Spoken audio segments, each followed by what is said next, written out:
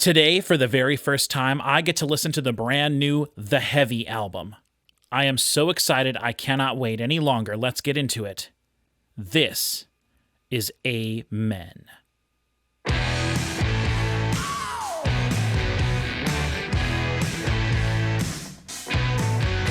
Hello, everybody, and welcome back to another album review / reaction here on my channel. I am so excited for this one. I have been waiting for this album since it was announced, since they released a single, I believe, quite a while ago.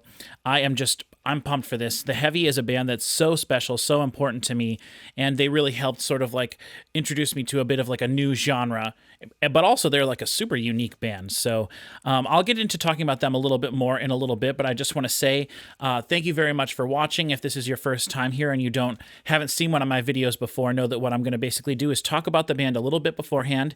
Then I'm going to listen to the entire album from front to back for the very first time. I'll probably be doing some talking over the music, talking about what I'm hearing. Usually I talk about sort of like production things, how things were recorded, maybe some mastering, why the things sound the way they sound, and if it sounds good the way it was mixed and mastered and all that stuff. I don't generally talk about lyrics too much, though I might talk about them a little bit with this album. But I'll get to that in a little bit. But I'm going to talk about the album, probably talk over it a little bit, so just fair warning there. And then after I'm done listening to the entire album, I will give my sort of overall thoughts, and I sort of sometimes label that as my sort of review at the end. It's not really a review. I don't assign a score or anything like that, though I do tend to compare it to other albums I've heard this year and other albums in their discography, so there will be a little bit of that. But in the description of the video, I'll put timestamps for all those different sections I just mentioned, including all the individual songs from this album. So if you have a favorite song you'd like to hear my reaction to, feel free to skip to that song. Feel free to skip to the end if you just want to hear my overall thoughts. No big deal. I also want to say the Heavy's a pretty big band, although it's crazy because I haven't seen much promotion for this album at all. But I don't really do social media very much. The only thing I ever do is I'm on Facebook, and I usually use that primarily to discover new albums, and that's how I knew the Heavy was coming out with a new album, because I saw an advertisement for it quite a while ago. But I think I do follow them, so maybe that doesn't necessarily count as an advertisement. But anyway, I haven't seen very much for this album, but the Heavy is still a pretty big band, and I don't know if I'm going to be able to use their music from this album in this video. I always try in my videos to include the actual audio from the album, exactly what I'm listening to. I'm recording it at the same time on Streamlabs as I'm listening to it for the very first time, so you can hear exactly what I am hearing along with me when you're watching the video after I'm done editing it. However, if the Heavy doesn't allow, or the people who own the Heavy's music, though I think they probably own their own stuff, I'm not too sure. They're on a record label, but it might be their own record label. I haven't done that research, but hopefully I'll be able to use the audio from the album in this video, though. That's what I'm getting at. If I can't, I'll have to upload the video with no music in it, and it might be a little bit awkward. So if that is the case, I recommend you start your copy of the album along with me. I will put in the description of the video as well, link to listen along on with me on Spotify if you have to do that, to like sync up the video and stuff to either your own copy, or if you want to listen on Spotify or Apple Music or whatever software, whatever stuff you use to listen to music, that's totally cool, whatever. But hopefully, cross our fingers, we don't need to do that, and I'll be able to include the audio from the album in this video. But just wanted to shout that out there and say everything you need to know should be in the description of the video in terms of like links and things to find it if you have to sync everything up yourself. And on that note, I will also clearly have labeled on screen what I'm listening to as well. I'll put the title, the track number, and the title of the song up there as well. And if we do have to do any syncing, I'm going to be listening to this album on Spotify, because there is no, as far as I can tell, there is no CD version of this album. I just looked briefly this morning. But as far as I can tell, there's no CD version of this album. Otherwise, we would be listening to that. So we're going to just be using Spotify, and I might get some ads because I just have the free version of Spotify. So if I do that, I'll try to cut around everything. But again, I will always clearly have labeled on screen what I'm listening to. So if you need to sync up with me, it should be relatively easy to do that. All right. Before we get into talking about the Heavy, I just want to say last night I reacted to the brand new Ellie Goulding album for the very first time. I'm a little late with that one for whatever reason, doesn't matter. But that album came out at the beginning of April. And that was that album, the Ellie Goulding album, and this album, The Heavy, along with VNV Nation's album, which comes out I think next week or the week after. Those three albums have sort of been my most anticipated albums this year, since the beginning of the year, since I found out about each of those respective albums. And The Ellie Goulding album was fantastic. So I'm riding a bit of a high of these fantastic albums I've been listening to. Plus, last week we listened to Lux Eterna, not Lux Eterna, I keep calling it Lux Eterna, but the new Metallica album, 72 Seasons, which I do have my reaction for that up on my channel. If you haven't seen that yet, check that out. It's a fantastic discussion, not only about Metallica, but just about metal in general. We had a lot of fun, me and my two friends, both named Chris. We had a lot of fun talking about Metallica and metal in general, and having a good time listening to 72 Seasons. So check that out if you want. Also, but I think I'll probably post this video before my Ellie Goulding, because I want to try to get this video done relatively soon, because I want to get it out this weekend since the album just was released. But pretty soon on my channel, I should have my Ellie Goulding reaction uploaded as well. So if you're a fan of Ellie Goulding, I recommend that. I also have Depeche Mode recently, all sorts of cool things. Check out those things on my channel if you want to. And if you like the format of this video and you enjoy listening to me talk, because that's pretty much what all these videos are.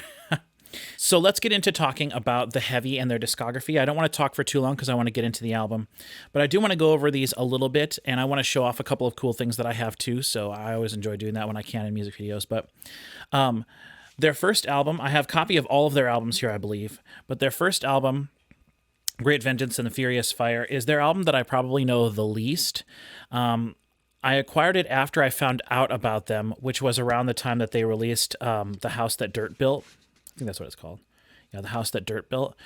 I was working at a record store at the time. It wasn't just a record store, but we sold all sorts of things. It was called Hastings Entertainment, RIP. The entire franchise is closed down now. But I was working there at the time, and I don't think we had the CD and the CD player to play in the store. We couldn't have because there's some swear words on it. But I think I saw it come out, and we had it on the sort of new release shelf, and I was like, what is this? It looks interesting. It's very thin. It's not your stereotypical sort of digipack, I guess. There's like these like slim digipacks. It's a little bit smaller than the average one.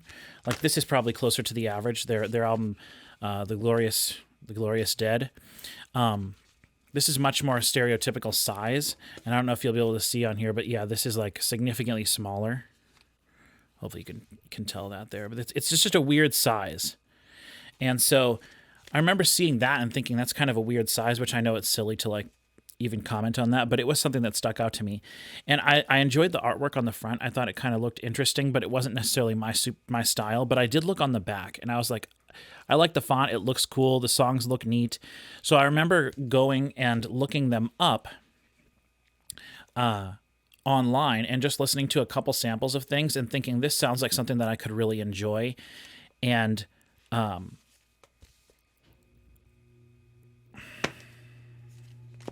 okay, sorry, our furnace just turned on. Had to go shut it off. I can't remember what I was talking about. Probably I was rambling. But anyway, I just wanted to say that I found this album, bought it, absolutely loved it. It's a really interesting, unique album in terms of the catalog of all the music that I own, which is quite a lot. And from there, I went back and then I discovered and purchased their first album here, Great Fire and Furious Vengeance. And I think these two albums together are really interesting. I feel like they do kind of connect a little bit. The production on this album, I feel like, is a little bit better. Neither album is super consistent with the production. Each song was sort of treated as its own individual thing, and it feels like they worked on each song individually to try to make it as good as they could. And it was sort of like separated from the rest of the album and how each of the different songs sound different, which is okay. I don't mind that much. I do enjoy when albums are mixed very consistently, and then it's the songwriting and what's included in the songs that allows the songs to have sort of like to vary from song to song.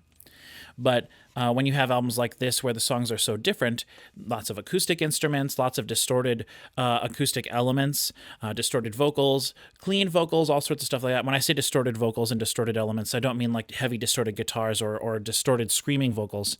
I mean intentionally distorted, usually with tape saturation or sort of tape distortion, or just sort of digital distortion using a plugin or something, some sort of amp emulator and things like that. These albums definitely sound very sort of bluesy in their approach, very old school bluesy in their approach. Sort of some of that lo-fi sort of blues music from the 50s and the 60s maybe. And that's sort of the production style they go for. It is sort of an intentional lo-fi sound, and I absolutely adore it. I love it. I think that they do it really, really well. Their first album is much less consistent in terms of the mix and the mastering, and just I feel like their second album flows a little bit better, but there are moments that are louder than other moments on the album, and that has to do with mastering and not necessarily mixing. But their first album, I don't know the songs off here too much. This is the album of theirs, like I said, that I've listened to the least, but I do enjoy it a lot. And there are some songs on here that I do like a lot. And it's just like that it feels almost like a hodgepodge of like a compilation album or something almost, rather than an individual album that was written and made to be a single piece. That's kind of how I feel about their first album. Their second album, of course, I absolutely love this album. Like I said, this is the one that helped me discover them. I think that they are, there's a lot of really important songs on here in terms of their music helping me sort of branch out into other genres.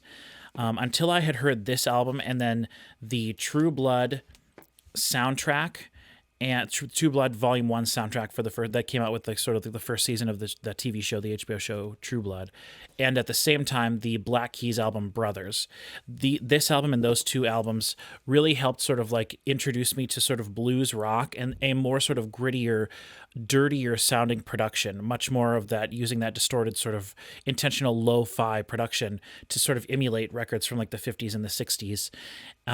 And so up until that point, I hadn't really known that much about those sort of styles of music and having music sound sort of intentionally lo-fi.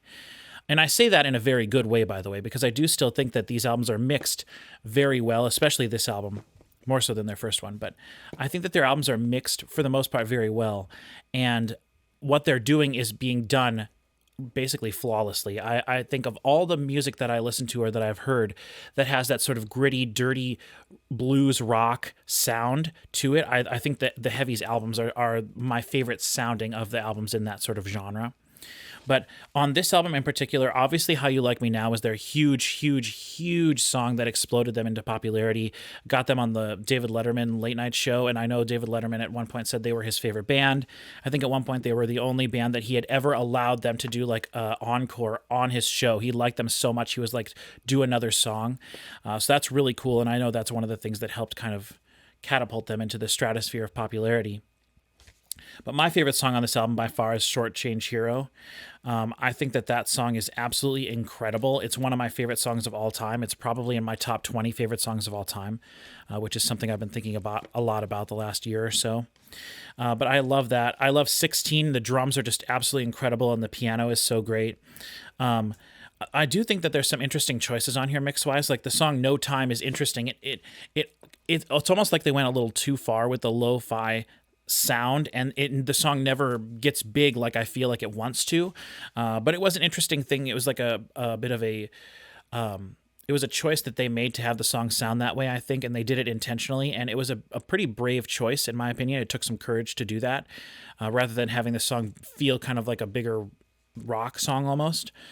So I don't know, I guess I applaud their ability to want to try something like that, but I don't think that it was necessarily executed in the way that I would have preferred it to be done. But I really like this album a lot. I like on their first two albums as well, the sort of ballad that's towards the end.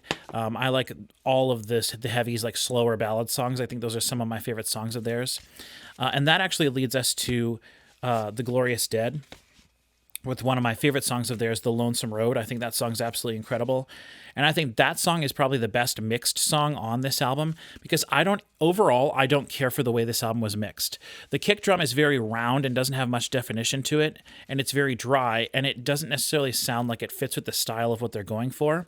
And because the kick drum sounds the way that it does, I think that sort of dictated the way that they mixed the rest of the album. The guitars are very muted on this album. You can barely tell what they're doing at all. And the bass, this album sounds very muddy, very woofy throughout the entire thing. And the vocals are a little bit lower than they should be, in my opinion. So I think this is actually their weakest mixed album. I think they have a lot of fantastic songs on here. They repurposed an older song called Big Bad Wolf, which I think was on their first EP or something from years earlier. But I enjoy this album for what it is. I like the sort of horror aesthetic, which they did have a little bit on the house that Dirt built. But they leaned into it a little heavier with this. I love the samples, the sort of like horror movie samples and stuff like that. I like the moments that feel heavier on here, but because it's mixed the way it's mixed, it never actually feels heavy. You can tell that's kind of what they were going for with their song arrangements, but the mix absolutely like drained and sucked all of the heaviness or the intensity out of it. And so that's why this album is probably their most disappointing album in their catalog to me. And before I move on, I just want to say with these two albums, I have something really cool that I can show you guys. First of all, I'll show you this. This is my copy that I got at that record store when I was working there of The Glorious Dead. Now, in my videos on my channel the last few days, including the Ellie Goulding one that I recorded last night and the Metallica 72 Seasons one, plus a few others, I had this record on the wall behind me because I was getting excited for the release of the new Heavy album, and so I put this one on the wall. But I've always enjoyed the Heavy's artwork a lot. The collage sort of style of stuff here. Hold on, I gotta check this and make sure there's no nudity in here, because they do. Oh, there is a bit of nudity. Patrick, editing this post, make sure you blur that out like a dummy. I didn't think of that. Let's see if there's anything to show on here. It looks like it's just text on there. The record itself is just 180 gram vinyl. Oh, there's a download code on there. I don't want to show that. Actually, I don't even care. I don't know if this is good anymore. I don't know if this is good or not, but there you go. If someone wants to take that code and put it in and get a free download of this album, feel free. Be my guest. But anyway, the vinyl itself, 180 grams, so it's nice thick. I like the artwork here, or the color scheme at least, the sort of turquoise. I don't know if you can tell that's turquoise, and then orange over here. Very simple. They definitely have a very throwback sort of aesthetic for their artwork, and I really enjoy that because the music itself is very throwback. So it makes sense to me that it would be mixed that way.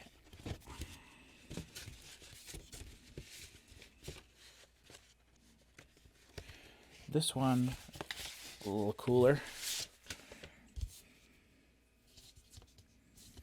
Not going to take the disc out because it basically looks the exact same, I think.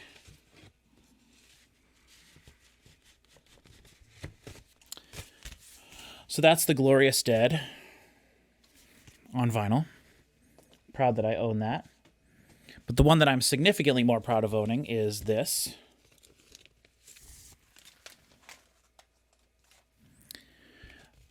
The House That Dirt Built on vinyl.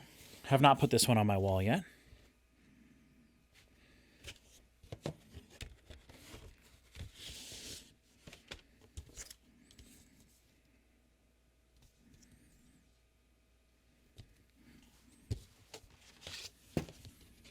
On the vinyl itself, I think this one is 180 gram as well. Maybe not. They fit it all. They fit the whole record on one, the whole album on one record. So it might not be 180. I'm not exactly sure, but very proud of having this. It doesn't do any good to have it back there. Anyway, I'm showcasing them here, so that gets their like moment in the spotlight, I guess. But there you go, my two Heavy vinyl albums. Really like those. So now we're getting to what is my favorite album in their discography so far. The Hurt and the Merciless. I absolutely adore this album, which is shocking to me because there's a lot of brass on here, and I don't tend to enjoy brass-infused music as much, but this is the perfect example of utilizing brass to its fullest extent, in my opinion. I absolutely adore this. I love the artwork. I love every song on here. I think it's a fantastic, phenomenal album. I think... Oh, that's right. This one comes with a big poster. I was going to have this somewhere in the background, but it's hard for me to attach posters. I don't want to, like, tape stuff. Man, that's so cool, though, isn't it? That is awesome. And then I don't know if you can tell, but the lyrics are all on here. There you go. So that's very cool. I should have taped this over here. Something like this. That's all right, though. You guys have seen it. That's the poster. This is kind of cool. It comes in a little side. It's like a record, basically. Pull it out. There's the disc. On this album, I love the whole thing, like I said, but I think Miss California is actually like a super, super special song that might be their best song. Like I said, I love Short Change Hero. It's between Short Change Hero and Miss California that I absolutely... It's hard for me to tell, but I also really, really love A Ghost You Can't Forget. I love Mean Old Man. I love gosh, just what happened to the love. Since You've Been Gone is great with that Tom feel. Since You've Been Gone, dum ticka doom doom ticka doom doom ticka doom doom. Since You've Been Gone, dum ticka doom doom. It's like the only song, one of the only songs I've heard that the tom drums and the drum fill, like a drum fill, is like one of the most important parts of a song, and that's so cool. I bet their drummer has a lot of fun when he performs that song live. But really enjoy this album. Everything about it is great. Then we come to their second most recent album, other than the album we have today, Sons. And when I first heard this album, I remember being a little bit more disappointed with it than I listened to it. I listened to this just the other day, and I was like, oh, this isn't as bad as I remember it being. I remember it sounding a little bit harsh, and I remember it sounding very chaotic and not enjoying the arrangements of the songs as much. The thing is, I think this is their most heavy album, which is probably ironic because I think they got a little bit of slack for not being very heavy on these two albums. Because this album definitely is not very heavy, and this album is not mixed heavy, even though I think the songs were calling for it to be a little heavier in terms of the mix. So on this album, they definitely went heavier, and their song Heavy For You, the first song on here, is this heavy for you? Am I ready for you? Is this heavy enough for you? Basically is what they're asking. And I think that that's really cool. I really like that song. I actually like pretty much everything off of this album as well. Again, I don't think that they've ever necessarily released a bad song. There's just certain ones that I like more than others on this album in particular. But I think the first like 5-6 songs are all total fire. So that's that. And so that leads us to the new album, which I will pull up here. As I said, we're going to be listening to it on Spotify, just the free version. So I will edit around commercials and everything, or not commercials. I will edit around ads and everything. Let me just get to this real quick. I had it shut off because I don't want my computer to be using any more CPU than it needed to while I was recording the intro of the video. Okay, so I brought it up. Amen. 10 songs, 34 minutes, 50 seconds, which seems pretty short, but honestly, their albums are not very long. I think that Hurt and the Merciless is their longest album. I think. I could look that up, but I don't want to waste time messing around with that. But the first two albums for sure are pretty short. Sons is pretty short. So 34 minutes, it's right above that as sort of acceptable limit for being called a full album, but it is 10 songs. And as I look at the lengths of the songs here, which I did right before I started recording, we have like 3.5, 3.5, 3:48, 3 minutes, 3:40, 2:56, 2:54, 3:49, and 4:30. Those are all pretty decent song lengths. The Ellie Goulding album I listened to last night had 16 songs on it, and most of the songs were right about 3 minutes and 15 seconds long, and they were all structured very similarly, and they all ended very abruptly with just a sort of like a dry vocal, like the chorus was going, the third and final chorus of the song was going, and then sort of elements were taken out, and then almost every single song, I think 9 out of the 16, ended with the vocals becoming very dry at the end, and then it just sort of this kind of like little sort of feeling. So wonder if we'll get anything like that on here. But in terms of this album, I think that I really don't know what to expect. I have not heard a single second of any of this. I know they've released some singles, they've done some videos and things. I have not heard not an ounce of any of these songs have I heard. So I don't know what to expect. It could sound terrible. For all I know, they decided to be even more sort of like punky than they have been in the past and make a terrible sounding album. I doubt it. If I had to guess what it's going to sound like, I would guess it might be sort of a combo between Sons and The House That Dirt Built, maybe, would be what I would guess. We'll end up seeing. There's no sort of really long songs. The last track was the longest one, I think. So I assume that will be the sort of the slow ballad. I did see on here, they have the track 3 on the album is called Bad Mother Effa, which I'm not like a big... On my channel here, I do not ever have swear words on my channel, at least the really, really bad ones. If I was like, damn, I could say that. but I'll probably edit that out. I do think that song, I just saw, I think this morning when I was looking, that they released a video for that one. So that might be what they consider to be kind of a single-ish type of thing.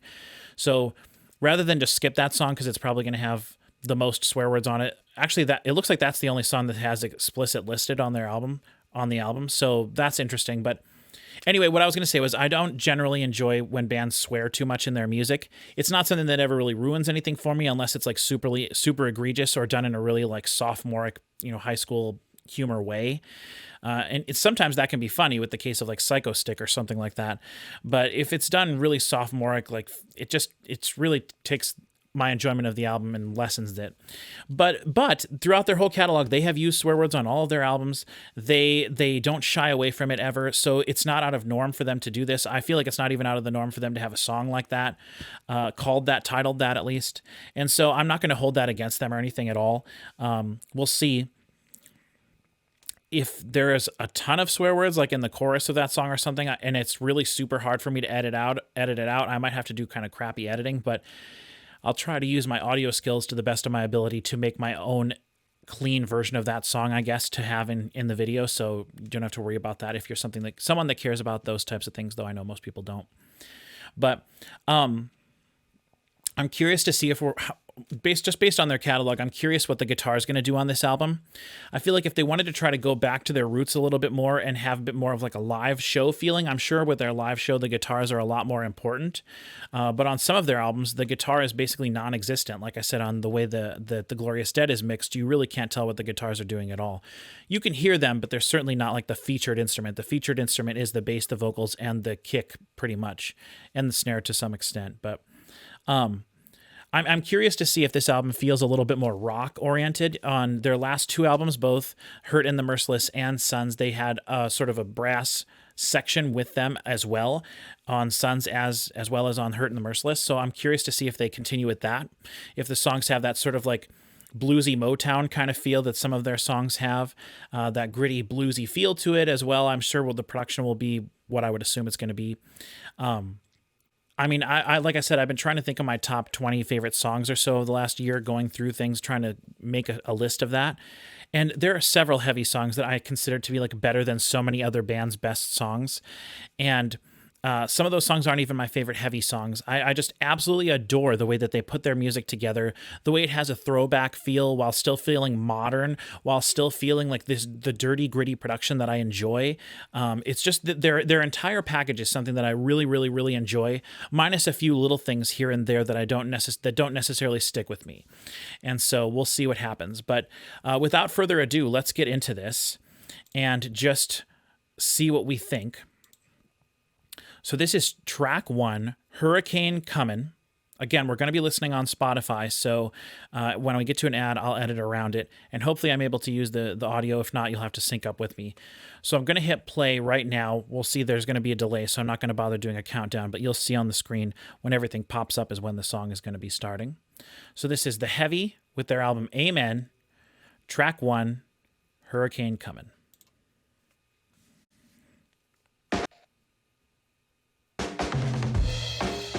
Okay, very lo-fi sounding. Wow.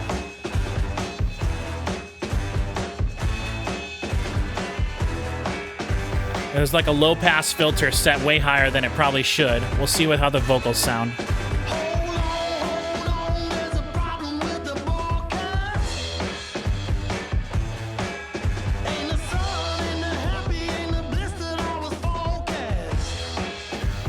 Love the guitars.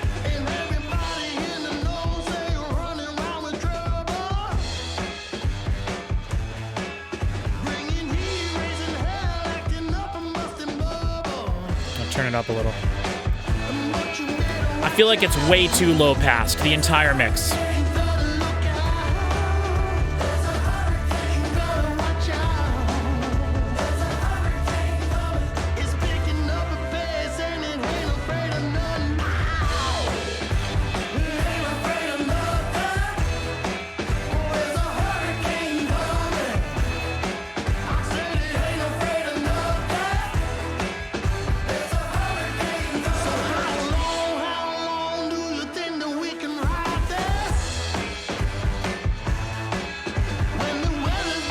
It sounds terrible. There's a low-pass filter that is put on it, like the master was done poorly. It just doesn't sound good. There's not enough high frequencies to make it sound good. It sounds like the Black Keys' last album, Dropout Boogie, which is probably one of the most disappointing albums I've ever heard in my life, because it was done so bad.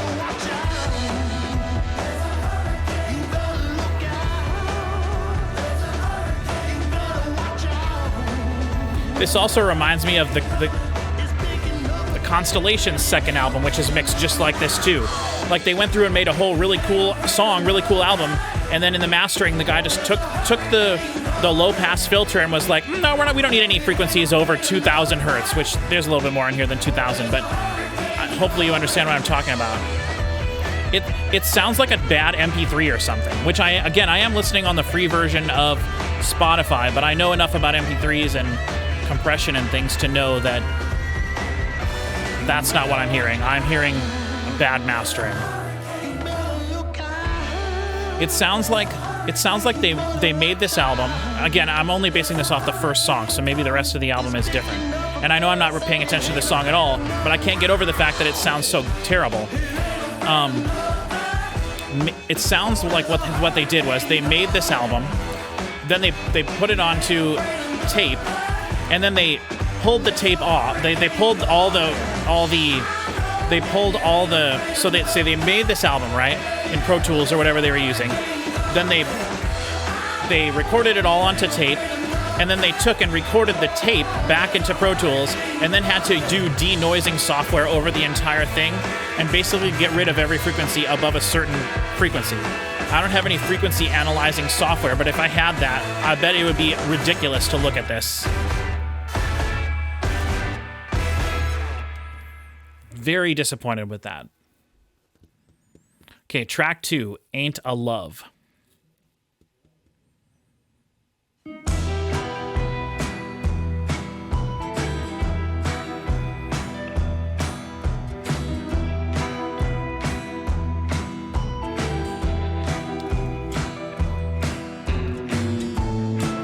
Love the Western sound theme of this. I forgot to mention that on some of their albums they have like Western themed songs like Old West. I absolutely adore those songs. Those are some of my favorite songs that they have. That's one of the reasons I like Short Change Hero so much. I heard it through the grapevine, you were coming to town. Okay, this song sounds way better than the first one. Maybe it's just because of those elements. The trumpet, the brass section, and the heavy guitar was so low passed. Because again, I talked quite a lot at the beginning before we got to listening to the album about the intentional lo-fi, making your music intentionally sound lo-fi.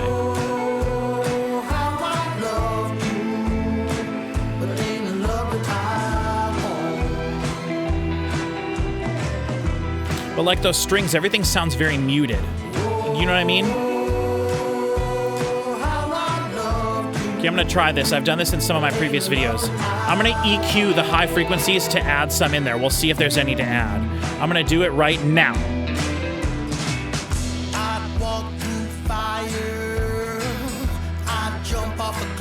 Now that'll be something I do in editing to see. I'm not able to hear what you're hearing right now. Probably sounding a little better though. Okay, let's cut that off and go back to the way the album was originally right now. Now, again, I'm not listening to that. That'll be something I do post, but it probably sounded like a lot of it, like the song went and like sucked in and became muted. But this is the way that they wanted this album to sound. With those strings especially are very disappointing. Okay, let's switch again right now.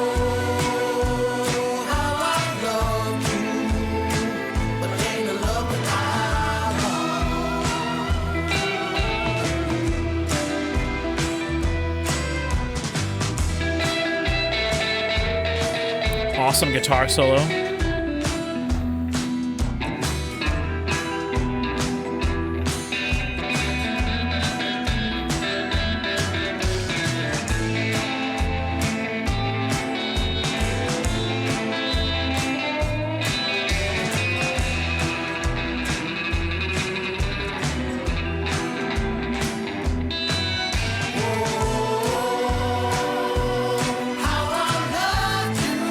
Love the background vocals. They do background vocals so well. I talk about background vocals on my channel a lot in terms of, I think background vocals are one of the most underappreciated aspects in all of music, any genre.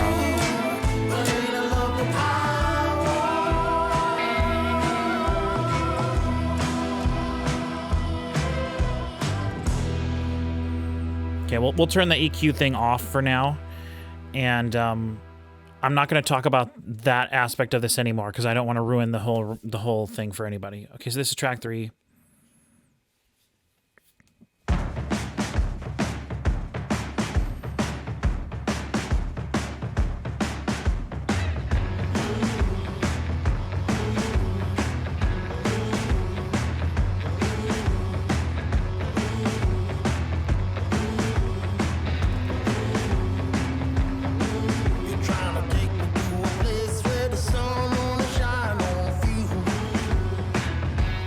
Very aggressive drums. Love this background.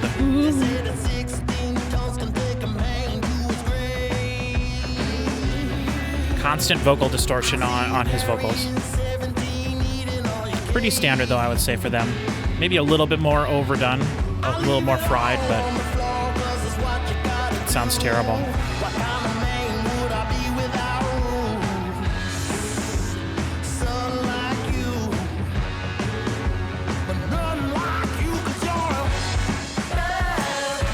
Sounds awful.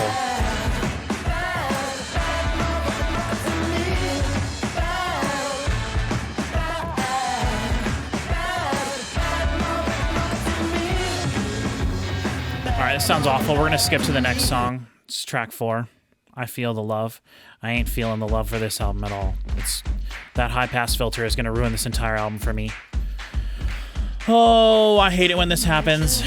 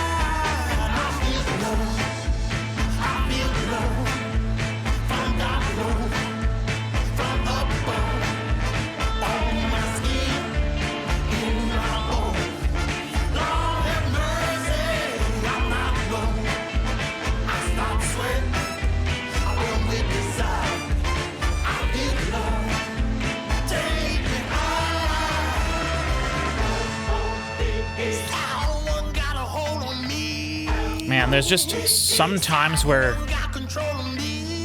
when the songs get big for choruses and stuff, it just sounds awful. Very cool there. Nice delay on the guitar. Spread wide. It just sounds terrible.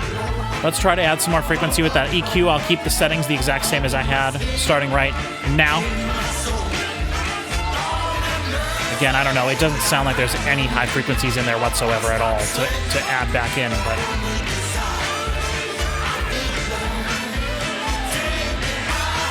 love the song. Background vocals sound great. If you could hear them, it sounds like they're underwater. The whole album sounds like it's underwater.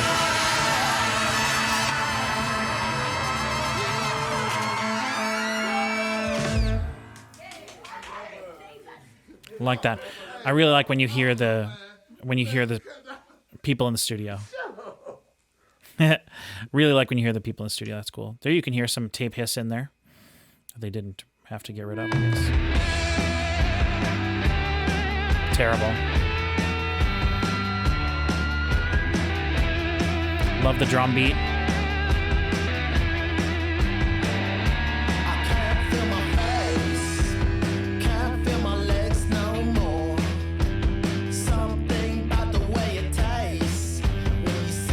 know, this sounds okay. But it's when everything comes in that it starts to feel like bleh.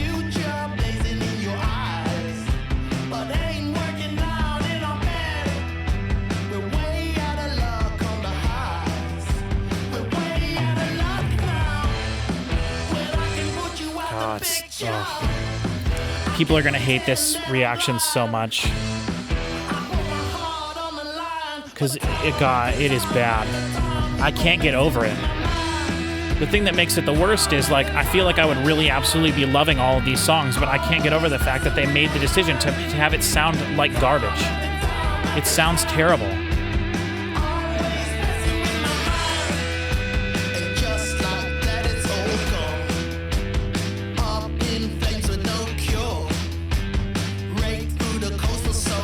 Again, this part sounds fine. This sounds okay. But when they start adding those background things and the song gets intense, it sounds like you're listening to an old 45 or something on which I'm sure is probably what they were going for, but you can push the intentional lo-fi too much. It just sounds awful.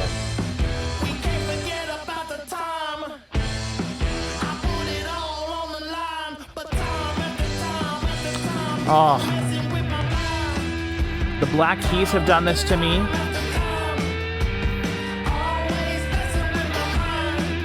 The worst thing is when an album, there's something wrong with the mixing or the mastering, and that's what ruins an album. Because these songs sound like the arrangements sound great. It sounds like they were probably recorded good too, I would guess. Unless they recorded everything through some sort of a tape machine or tape emulator. But even that can sound great. It just sounds like they got rid of all the high frequencies at a certain point, and it's just gone.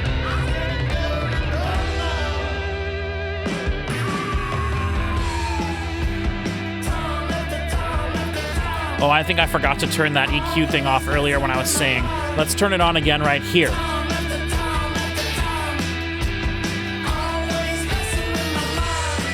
Now, if what I want to happen is working correctly, you should hear it sound better now. Let's turn it off right now. Did you feel like something's missing now? It's like you're listening to really good speakers, but the tweeters stopped working.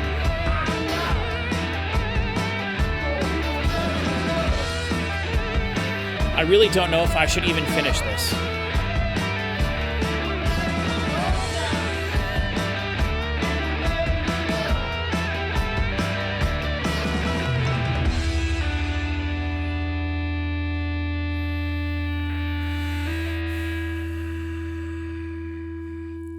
Okay, well, the good thing is we're halfway done already, so I only have to suffer through the second half of this. Track 6, Stone Cold Killer.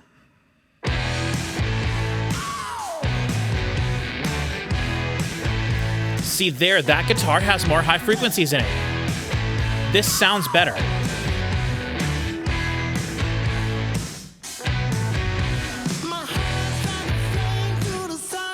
His vocals have more high frequencies in them too. So does the snare. This sounds completely different sonically from the frequency range wise. There are more high frequencies in this song. Yes, this sounds a million times better. What the hell were they doing? This song had to have been made at a different time. Sounds way better. There's more breathiness, there's more airiness in the background vocals. Incredible.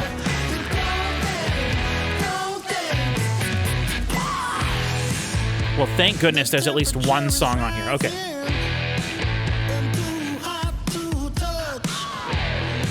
Guitars sound great, much more of like a rock song feeling. Almost like a bit of a 90s feel, a little grungy. That ding, ding, ding, ding. Sounds like a cowbell. Could be something similar to that. Backing vocals sound great.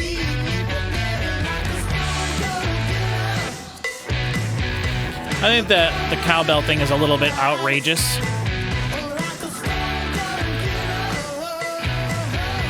But that's kind of the hook of this, I guess. Not the hook, the spice here.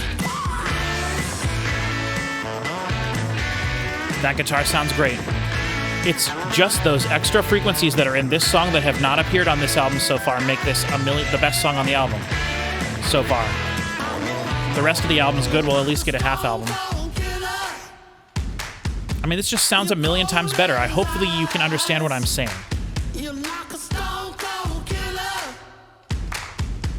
Reverb is really nice. Kick is massive, sounds great. The claps with the snare is great too.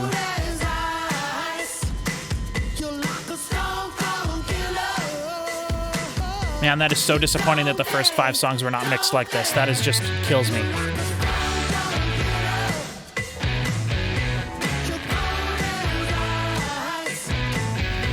That is so amateur, so unprofessional. And I know I just talked about the production on their other albums. Wow. Almost a little ZZ Top-ish, kind of.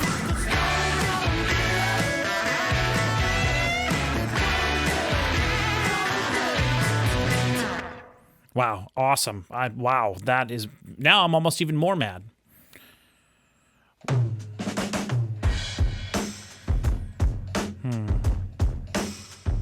There was a little tambourine high frequencies there.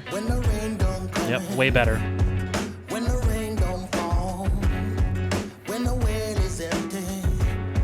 Love the kick. It's very roomy.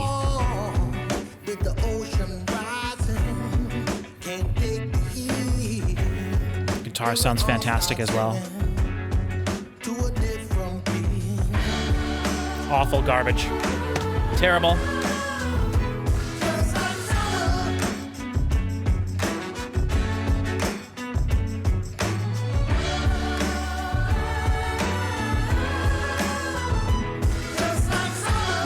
That's so weird. It is weird. I feel like this isn't necessarily as bad. Those strings sounded a little bit better, but the background vocals were just... The frequencies were smushed out of those. So that means that it was a conscious thing. Unless this song was done at the same time as track 6.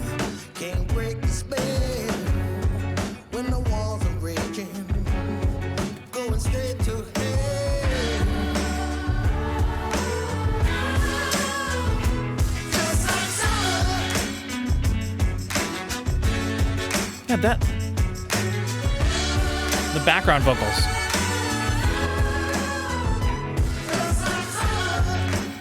I guess this song isn't as bad.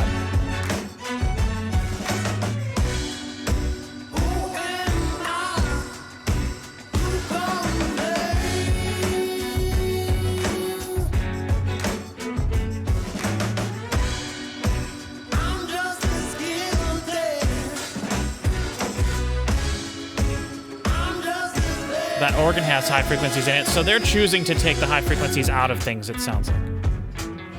Yeah, that hi-hat.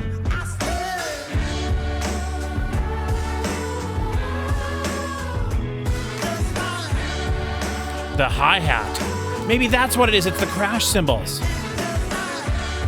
The crash cymbals, the overheads have nothing.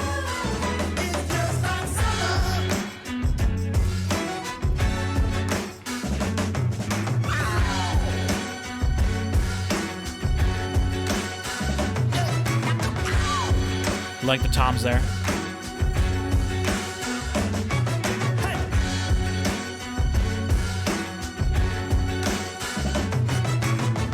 Love the groove here, by the way. Can't really tell what the bass is doing, but there's so much low frequencies in that kick. But I think the bass was kind of just mirroring the kick. All right, we'll see what... Now I have no idea what to expect. Maybe it's just the crash cymbals that have been bothering me, but a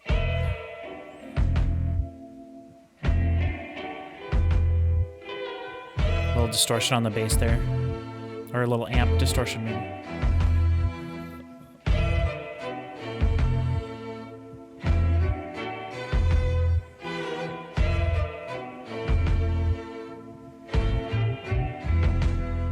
I believe you were sent from above, sent from the gods, sent with love. And with a heart of gold, heart never blow cool. I got a thing on my mind. You want it your way all the time. You're trying to twist till we bust, playing with us like I'm a sucker for love. That's asking for a whole lot of me. That's asking for a whole lot of me. That's asking for a whole lot of me. You're asking for a whole lot of me.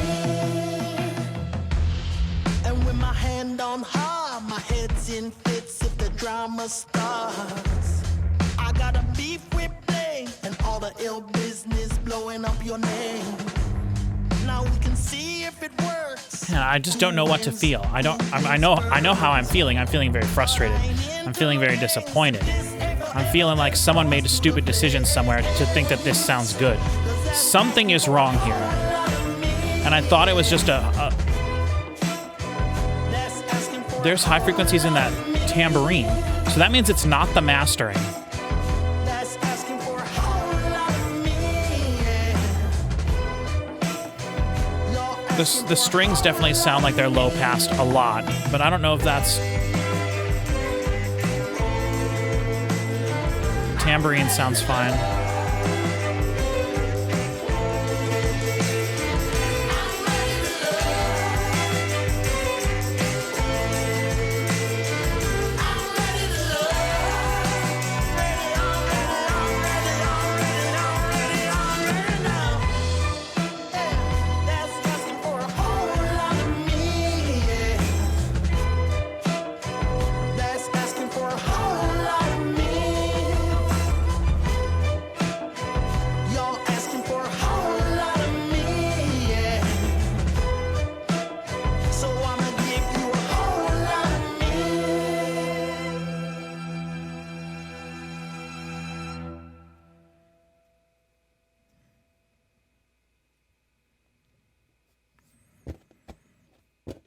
Track 9 feels like rain.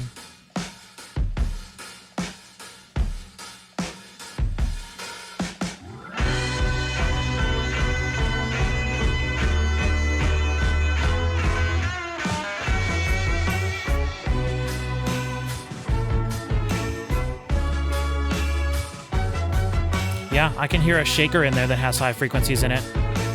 What? Need some healing from all this pain. Got all the feelings, not all the planes. I may be hopeful. I mean, this sounds okay. Maybe the reason Even that hi-hat sounds all right, I guess. It's not the best, but...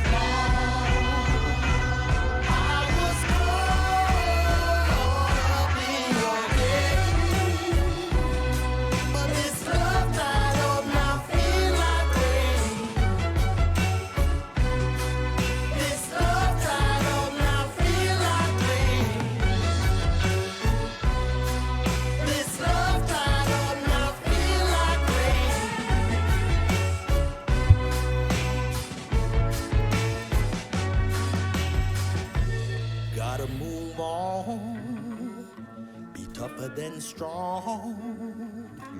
Gotta roll deep if you wanna be someone. Always thankful, ain't always right. I mean, I would say his vocals definitely sound like they're correct.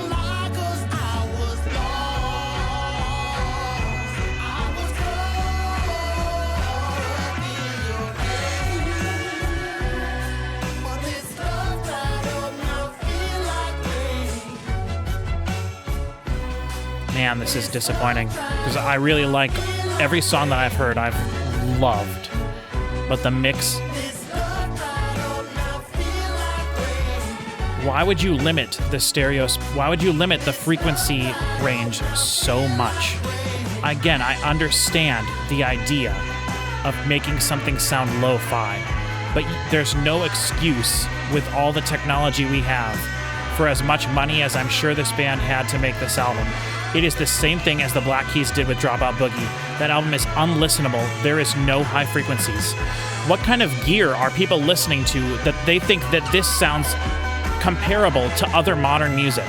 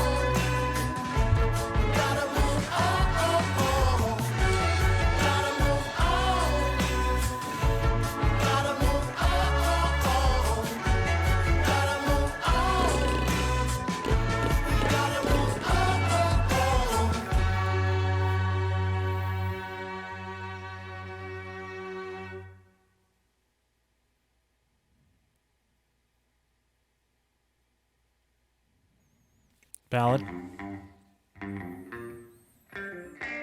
That guitar sounds good. Right away you can tell the strings have more high frequencies. So does the snare.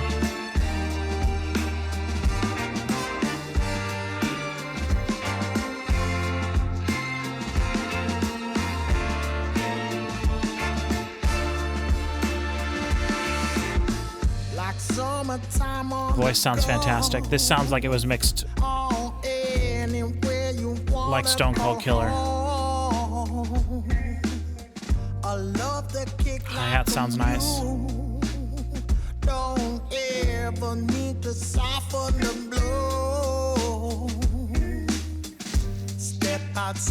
Nice loose shaker. Bigger sort of grains, almost like a gourd or something, gourd shaker or some kind of thing.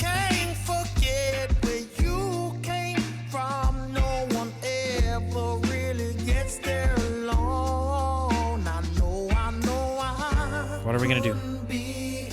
Background vocals sound good. Are we gonna get some big crash cymbals or anything? I mean, there are crash cymbals in there. It sounds better, but.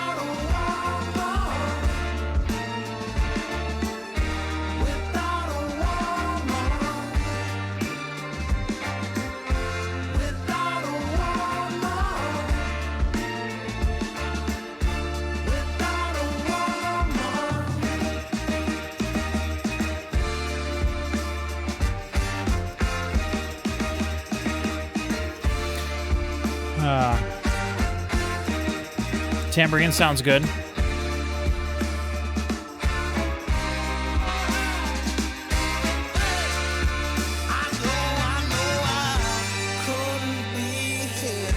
I wouldn't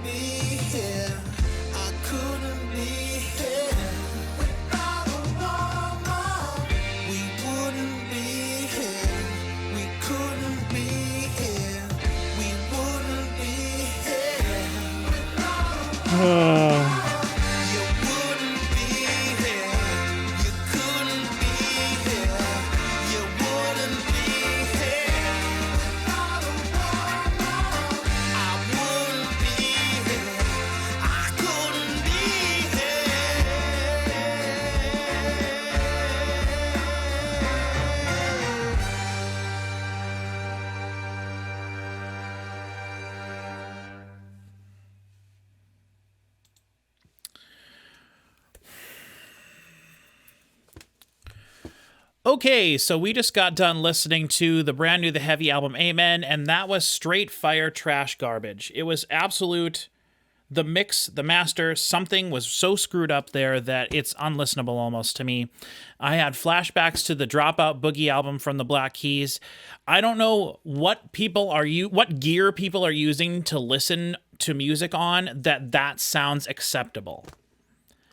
And the fact that there was one song, Stone Cold Killer, that sounded like it clearly had more frequencies and it was clearly mixed differently than the rest of the album tells me that it wasn't the mastering that did this. It was, at least I think, it was the mixing engineer's decisions to do this. It sounds like the entire album was recorded onto tape, and then they took and they recorded, they pulled from the tape and recorded everything digitally, and then basically got rid of all the high frequencies using like tape denoising software or something. It sounds like that, which I understand, like tape emulation and having the retro sound of how old things sound on tape and stuff.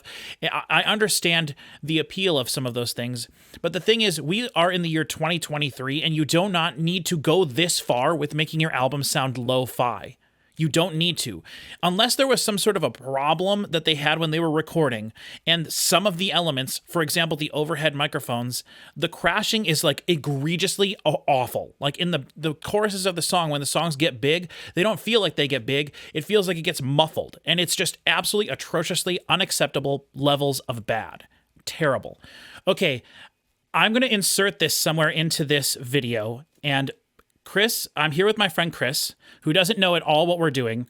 I want to get his unbiased opinion of this whole video that you guys have just been watching.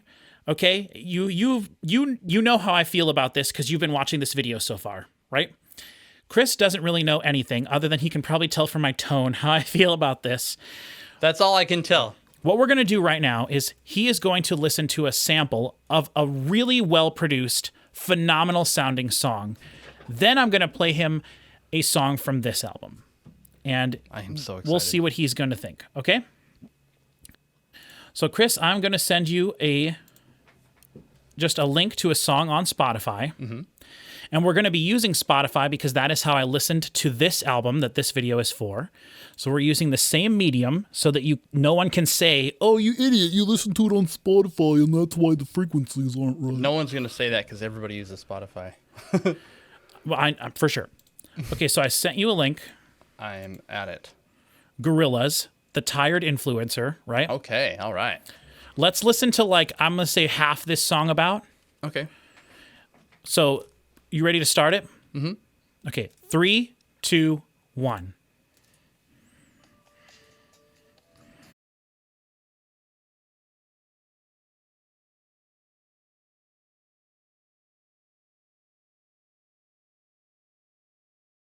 That's enough. You can stop it.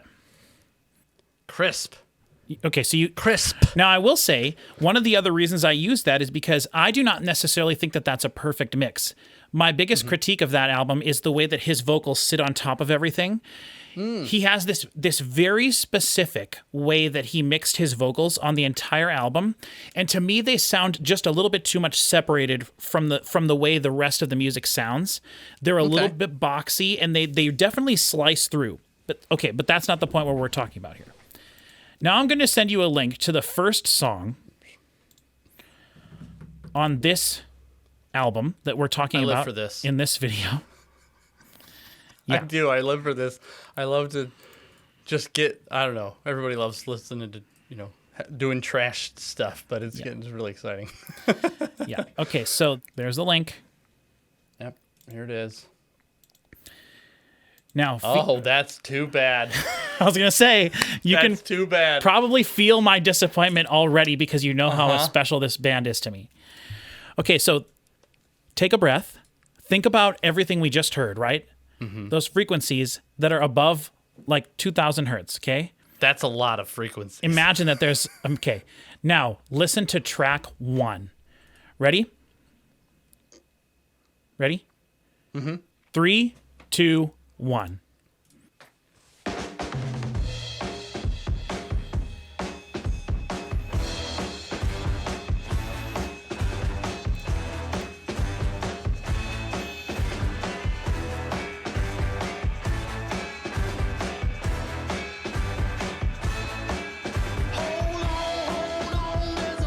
Why does this keep happening to you? Let's get through the chorus once, then we'll stop it.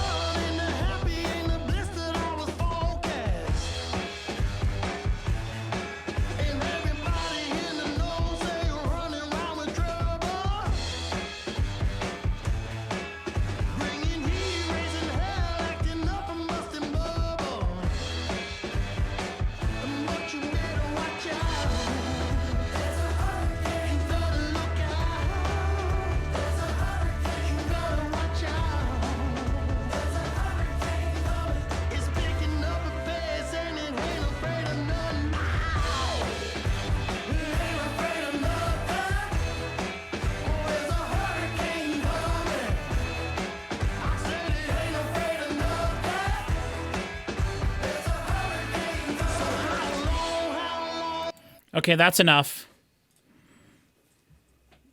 I feel like that's what it's like if you're 75. Like, everything sounds like that. Or if you listen to music while you're underwater. Right, but like, that's wrong, right? Why is that? Like, there's a ride bell, like, in there. Mm-hmm. Yeah. Sort of. Mm-hmm. Let's listen to, I want to just prove, let's listen to track 2, just a little bit of that, okay? So this is, because it's bad across the whole thing, except for one song, Chris. One song on this album. That's even worse, because then it's like, oh, this wasn't a manufacturing. It didn't have to be this way. Yes, yes, I agree. So let's listen to a little bit of track 2. This is Ain't a Love. Okay, ready? Mm-hmm. 3, 2, 1. Awesome, right? Sounds like an Old West song. Mm-hmm. This is nice.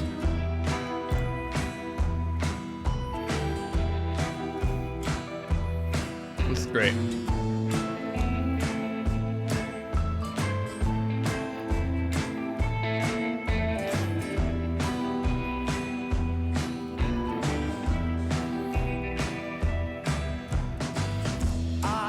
The guitar strings, bling, bling, would be gone in that first song. All of them, just nothing. Three little birds told me you're still and settled down, breaking hearts like China plays, still messing around. I remember that first kiss through the sonic shop down.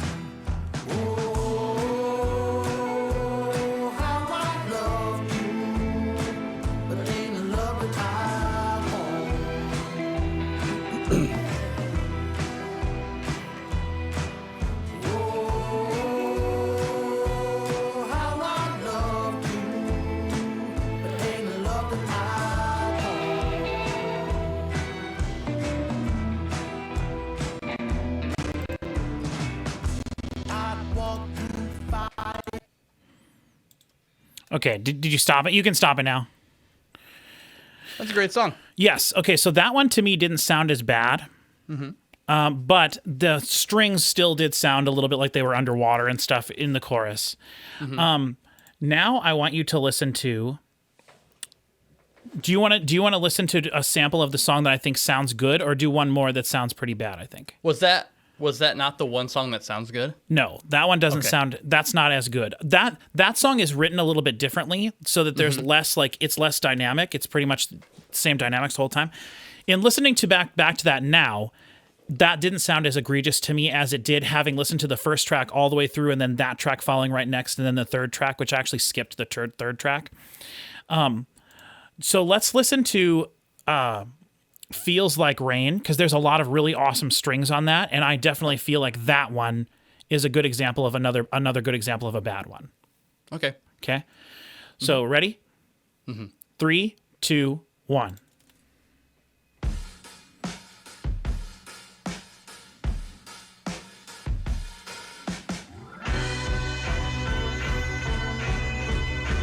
There's like a chunk. The EQ has just got a big, flat, empty space.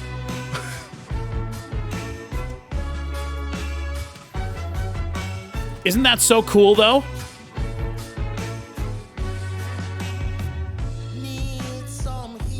Are these mixes left heavy?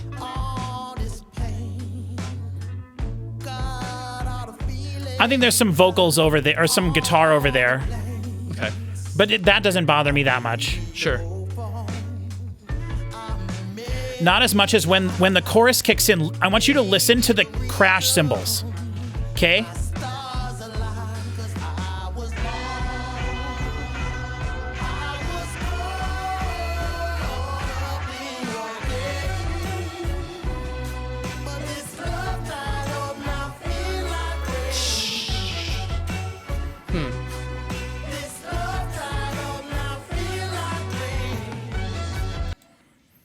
That's good. That's enough. It's not as bad as the Diablo album. Oh, okay. You're not getting that feeling from it. See, to me, it feels like they wanted to emulate like the sound of an old record playing out of like an old cabinet style record player. Yeah. Which is stupid. Like, I understand the idea of making your music lo-fi. That's probably what I spent an hour already in this video talking about. Like, I understand the idea of wanting to make your music sound intentionally lo-fi. What's that album from last year that was like pristinely Elvis in terms of like its old style, the way that they presented it, 50s, 70s Western kind of. Oh, 2 years ago. You mean the Lord Huron album? Yes. Yeah, the old cowboy songs. Yeah. That's the one, yep. That's a perfect example of how this should have sounded. Now, the difference there, though, is that this is all about like sort of like aggressiveness and distortion. And like all their other albums are mixed flawlessly. Like they sound fantastic and it's the same kind of thing. So it's not flawlessly, but like their other albums are the frequency range at least is mixed the way it should be. But here, when you have background vocals and strings and everything coming in and the crash cymbals and it just sounds like it's underwater, it is so terrible. Okay, so those now crash cymbals especially came in, they were just kind of like, oh like man, it's you awful. could feel it, felt like pieces of it were missing. I think that this album sounds like they recorded it all onto tape. Then they took and digitized it from the tape and then had to do denoise to the entire thing to get rid of the tape hiss. That's a very good way to think of it. That's what this sounds like. When you overly denoise something and it starts pulling frequencies out of what you want. Yes, and that's what this sounds like, and that should be, in my opinion, unacceptable for how phenomenal every one of these songs is. Incredible. And it's just, I'm never going to be able to listen to this again. So now, as an example of how it could sound good, in my opinion, let's listen to Stone Cold Killer, track 6. Sure. This is probably, I would assume this was recorded at a different time in a different studio and mixed maybe even by a different guy. But hopefully you can notice a difference right away. Okay, 3, 2, 1.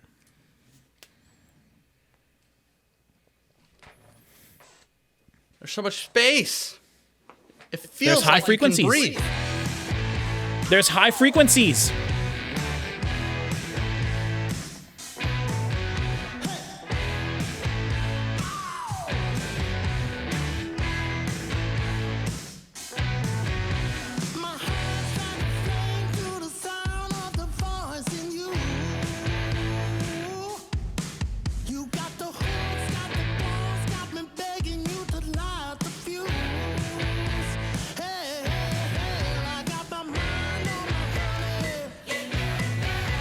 See, the background vocals have high frequencies to them.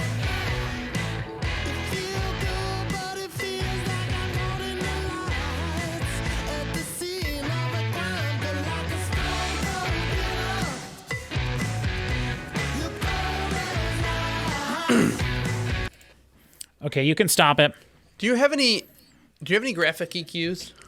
I don't have anything that shows like the frequency spectrum, if that's what you're asking. Yeah. I could throw. Yeah. I'll throw some of these.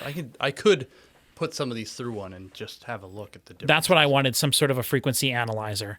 I think that song, the background vocals sounded not. Now again, that song didn't sound sizzly. It didn't sound overly high, but it sounded correct.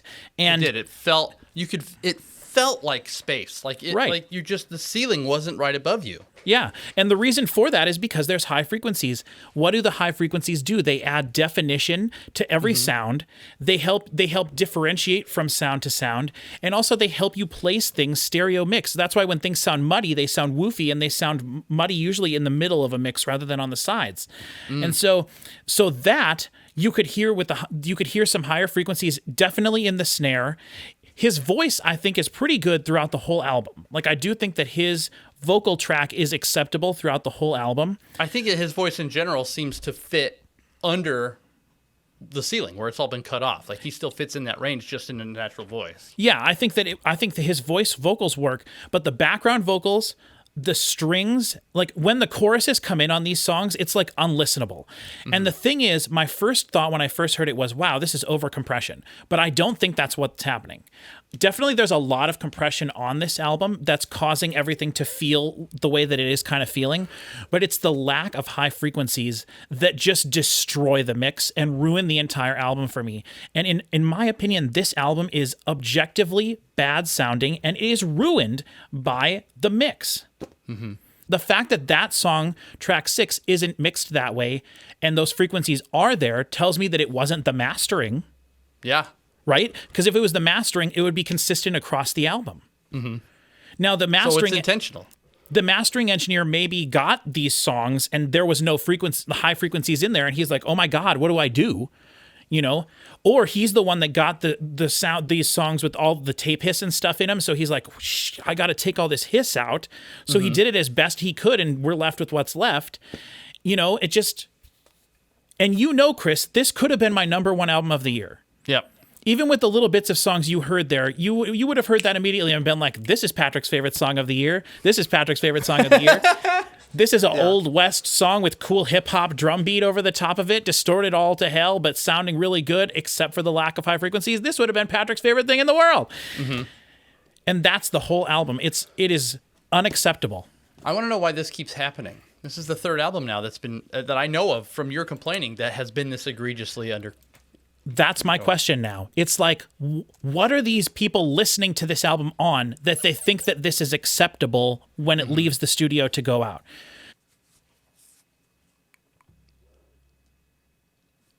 To answer your question from earlier, why is this happening? Like, the Black Keys, arguably one of the biggest bands on the planet. One of the most respected, biggest, best-selling, like most renowned, plays the biggest shows, biggest people on the planet. Why did they release an album that, in my opinion, objectively is missing frequencies that make it sound professionally produced? Right? How is that happening? And the only thing I can think of is that these people are so obsessed with retro vintage gear that they're listening on speakers that don't have the capability of playing high frequencies. I don't know why they would do that. I agree, especially for people like this. And I know for a fact that Dan Auerbach can produce like some of the best sounding music on the planet in his studio. So like, because he's done it. He did it right there with what we were just listening to. So I don't understand it, but that's the only thing I can come up with.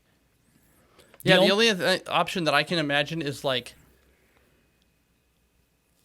there's some sort of data that they've gathered about the way that most people listen to music. And it's probably, AirPods or something, anything with incredibly tiny speakers. That has, earpods. And so it's like your high frequencies are going to just be in there. And especially if you're an old, I don't know how true this particular statistic that I'm about to say is, but like, generally speaking, your core audience, your core demographic for music is like 12 to 20 in terms of age. And these are people, they haven't lost any of their highs yet. You get older and you start to lose your highs. And I feel like maybe it's this combination of tiny, crappy speakers inside tiny, crappy ears that the really high highs stick into people's shit so much where it's just like, because like I have like some of the mixing I've had to do recently for the game.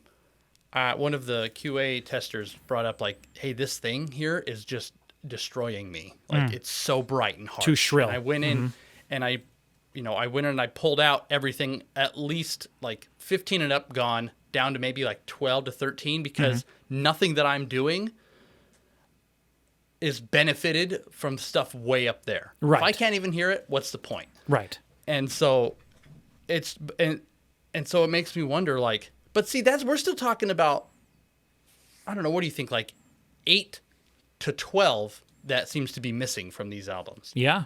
Yeah. And there's nothing harsh about that, something up there like that. And I'm not sure. I don't know. The one other thing that I think of, and I the more I think about this, and I've thought about this now for several years, and I think I may have even brought this up to you, like, albums used to be mastered for a CD.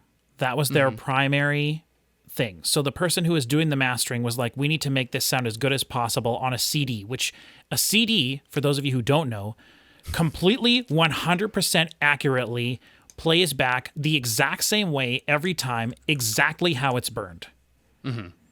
There's no frequency that a CD could not play. If it's in there, it's in there. Right. Nowadays, things are mastered for vinyl. Why? Because there's a reason that vinyl stopped being the number one way to consume music 45 years ago.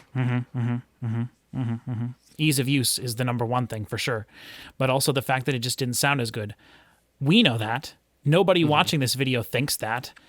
The amount of YouTube videos that I have seen of people being like, CDs sound better is a lie. You know, vinyl sound. I've argued with people on Facebook. Okay. Let's not get into it. This is an argument that has set me on fire for 15 years. And I don't have to have it anymore because I don't have anybody in my life or near me that thinks such nonsense. Yeah. And I don't like to learn that this argument is still being had. Yeah. Well, the thing is though, like, if you're gonna, I understand the appeal of buying vinyl. Like, I understand it. I have it on my wall. Yes. It's really cool. That's you great. get a free poster by virtue of the size of the medium. Like, that is genuinely fantastic. Exactly. It's awesome. Then the idea that, okay, that's fine. If you're gonna put your album on vinyl, I do agree it should be mastered for vinyl. What does that mean? Well, vinyl's not that good with super low frequencies, with subsonic frequencies. So you got to scoop some of those out. It's also not good with mid-range frequencies. So you got to scoop some of those out. It's not that good with high frequencies. What are you left with? Nothing. There's no frequencies. No. There's no music. All vinyls are silent. Seriously, though, like, you do have to do, or at least it's a good idea to have a separate master for vinyl. Yeah, what bands definitely have been doing the last 10 years or whatever, since the vinyl resurgence started, is you get your album mastered several times. You get it mastered for vinyl. You get it mastered for the CD, which should be the true master because that's the one that most accurately represents the way it was created. That's the lossless one. There's no limitations to using CD. Correct. But and even more recently, Chris, I know that there are people who literally master their stuff for MP3. So, like, they master it for the CD, and then they convert it to like a 192 kilobits MP3. They listen to it, and then they think, okay, there's a little bit of this missing, a little bit of this missing. This got compressed here, whatever. That's so great. They go back and they master it. Again, yes, all perfect. You should be listening to the highest quality music you can on any medium you're listening to. My question is, what if people have stopped doing that and they just get their album mastered once for vinyl, and then that is the master that they put out on CDs and on... But why would you master it for the least consumed style of music? Like, but the thing is, I don't know. Yes, people definitely listen to music more for free on like Spotify and stuff. However, I think that more vinyl is sold now than CDs, and I don't know if I would doubt that vinyl is sold more than people buy digital copies of albums. No way. But the thing is, I don't know if people buy digital copies of albums anymore, do they? Right.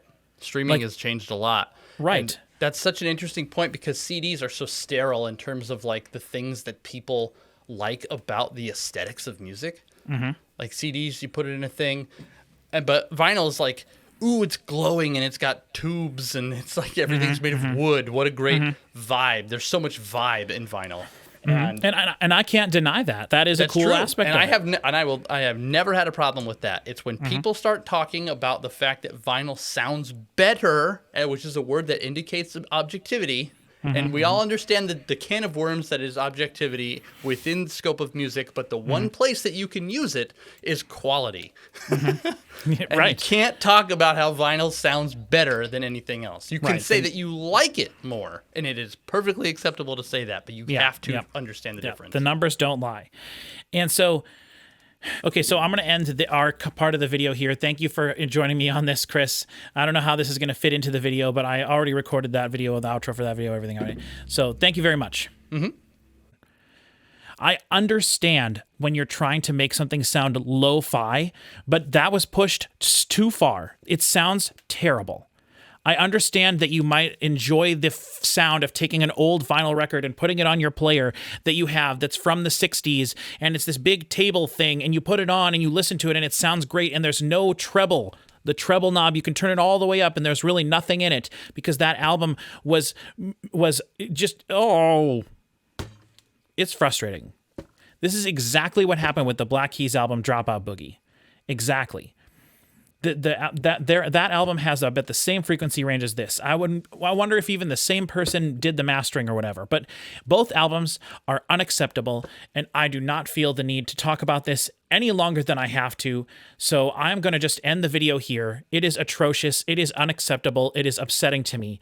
And if there's some other version of this album, some other master, some other mix of this album that they had for like a vinyl pressing, a lot of bands get their albums mastered for vinyl and for digital, and maybe even some are crazy and they do it for like MP3s too. So they know, like if that's out there and there's a better sounding version of this album, then poo-poo on the band for deciding to have this be probably what will definitely be the most the most widespread version of this album. It sounds bad. Objectively, it sounds bad. I just showed you examples. Hopefully all of that can make it into there. But it sounds objectively bad. And the reason this hurts me so bad is because I loved every song. I loved what I was hearing. I loved everything. I even liked the mix. It's just the mix in terms of one instrument being louder than the other, the balancing of the mix. The stereo spectrum was really nice. I do feel like some of the background vocals were a little bit loud, but that's fine. The album was dynamic. It's just you couldn't tell because there was no definition in anything because there was no high frequencies. Straight up. Unacceptably, objectively bad. It's not up to the standard of modern music. So, I don't know. I hate when this happens. But I'm going to release this this reaction anyway because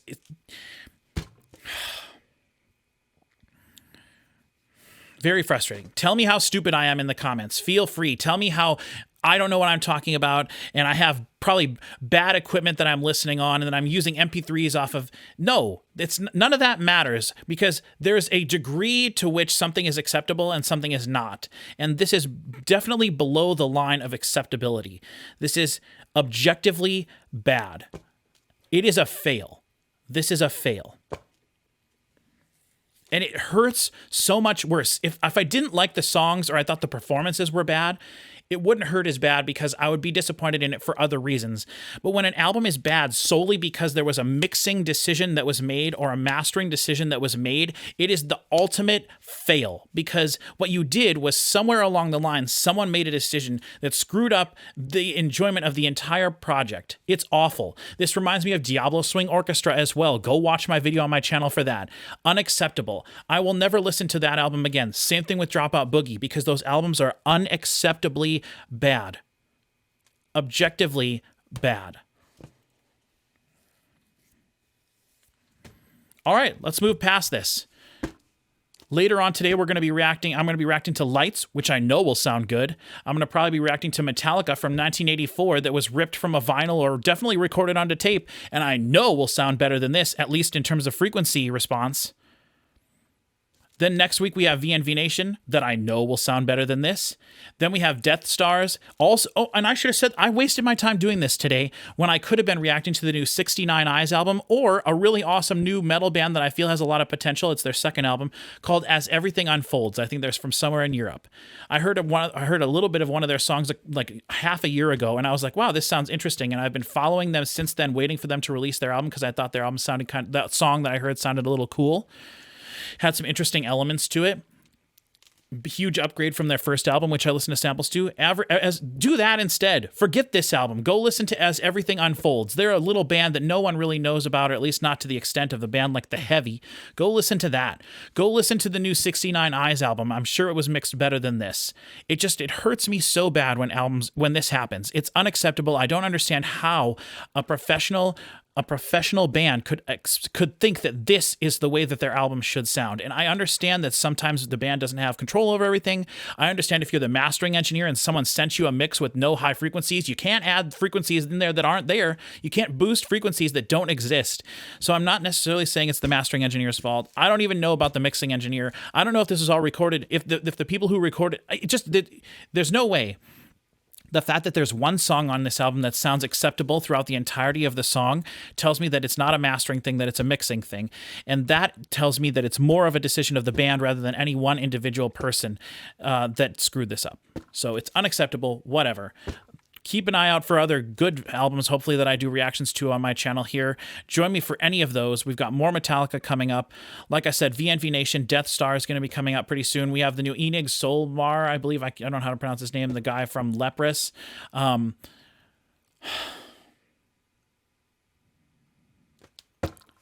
see you next time.